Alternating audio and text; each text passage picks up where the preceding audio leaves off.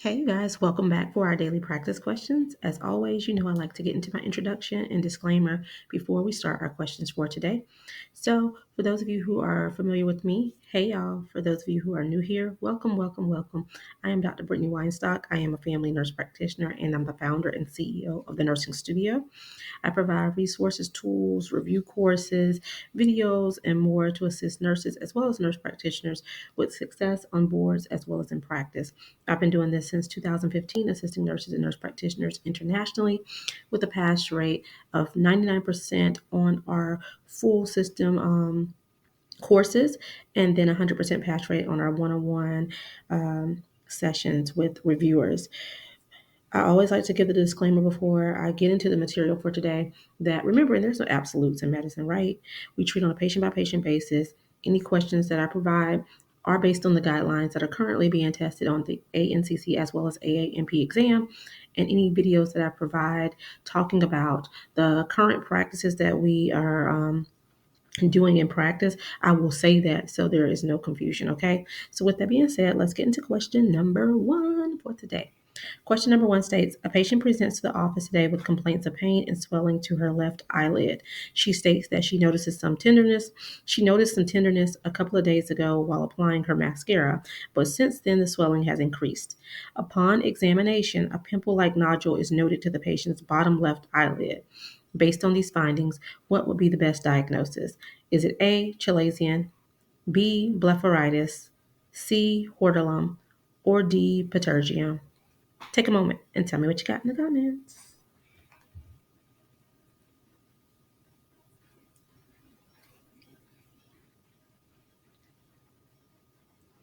All right, you guys. I always recommend reading the stem of the question first so that it allows you to just slow down a minute and ensure that you're even answering what the question is asking of you, right? So here, the stem of the question states, based on these findings, what would be the best diagnosis? So you know my rule. If you have listened to my stuff or any of my courses enough, I teach in the format of assessment, diagnosis, evaluation, and treatment, right? So my saying, hey, if they're asking you about the diagnosis, you got to stop, run it back, and figure out what the assessment is, right? We got to assess to get a diagnosis. So, how did the patient present? What were their subjective statements of what's going wrong, their chief complaints? What did the nurse practitioner observe? Picture yourself in this question. When you're reading it, see yourself in that exam room with this person and start visualizing your way through, okay? Don't skip steps because that's how you're missing questions. Just really process it through. So, all right. So the assessment states the patient comes into the office, she's complaining of swelling to her left eyelid. So you're starting to think of issues that might potentially cause an eyelid as well. And then it's a unilateral eye, right? So, all right, what can happen that has her eyelid swelling? So, you're starting to think of differential diagnoses, right? And then she states that she noticed some tenderness a couple of days ago while she was applying her mascara. And since then, she has noted swelling increasing. Then, so that's all subjective, right? And so then the nurse practitioner observes, so you're looking at your patient, right? They're telling you all these things, and you're checking this left eye, and you note a pimple like nodule on that bottom of that left eyelid as well. All right, so you're starting to think of things. So you're going through your differential diagnoses right now that you have this information. Is it a chalazion? No. And why not? Because chalazions, yes, you can have you have the nodule on the eyelid, the swelling on the eyelid, but chalazions are painless, right? There's no pain. I say they're chillaxing. They're able to chill because it's not painful. This patient says that they have pain and swelling to that left eye. Blepharitis, no, still they will have that inflammation due to it's usually secondary to like an infection that's causing those eyelashes. Well, I couldn't think of that word. Eyelashes, like those areas to clog, and it causes that swelling, but it's more so like the eyes are usually watery, feeling gritty, but it may be red or irritated, but not painful to touch. And C, hordelum. Yes, that's your answer. C, hordelum, aka sty.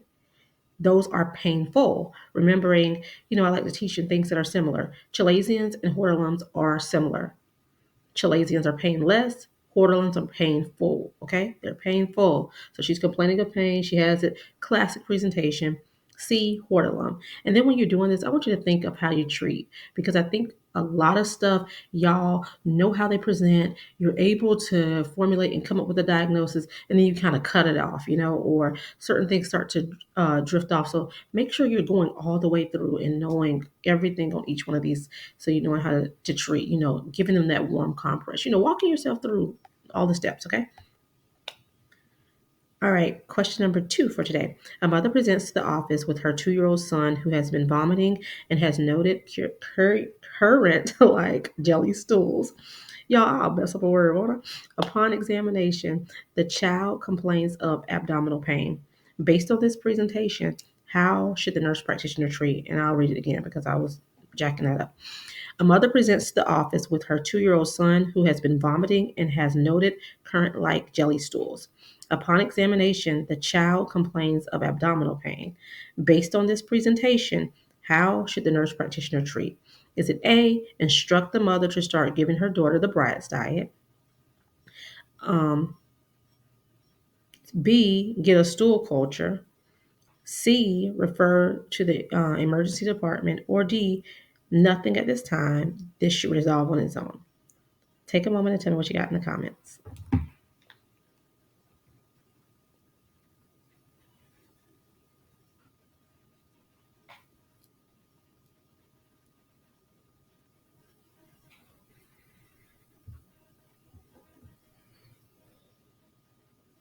All right, you guys, stem of the question states, how should the nurse practitioner treat? Okay, they're asking for treatment, so we got to take it back, right? We got to run it back. See how they presented. What was the assessment findings?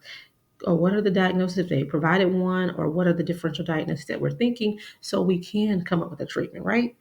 All right, so mother comes in with a 2-year-old son, says he's had some vomiting. There's no current jelly-like stools. On an exam, the nurse practitioner says that, the patient is complaining of abdominal pain. So how do you treat this?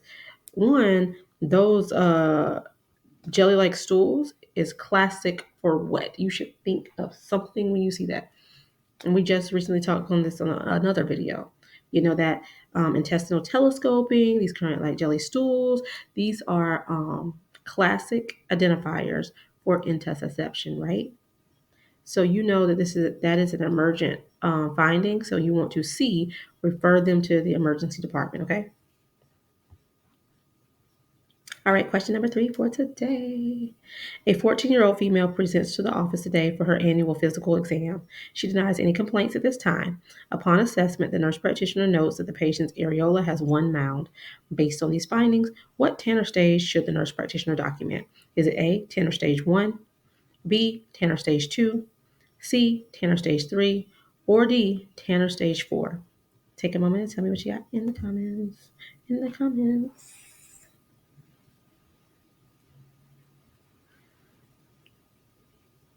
All right, you guys, stem of the question states, based on these findings, what Tanner stage should the nurse practitioner document? All right, so when they're asking you particular things like this, these are straightforward knowledge-based questions. So how is this patient presenting? This is just a standard annual exam. She doesn't have any complaints. The nurse practitioner notes the areola has one mound. So you need to start thinking of your Tanner stages. And so here, your answer is C, Tanner stage 3. Remembering in Tanner stage 3, that's where they have the noted areola with one mound, and the pubic hair begins to curl. Okay, so that's Tanner stage 3 for females, right?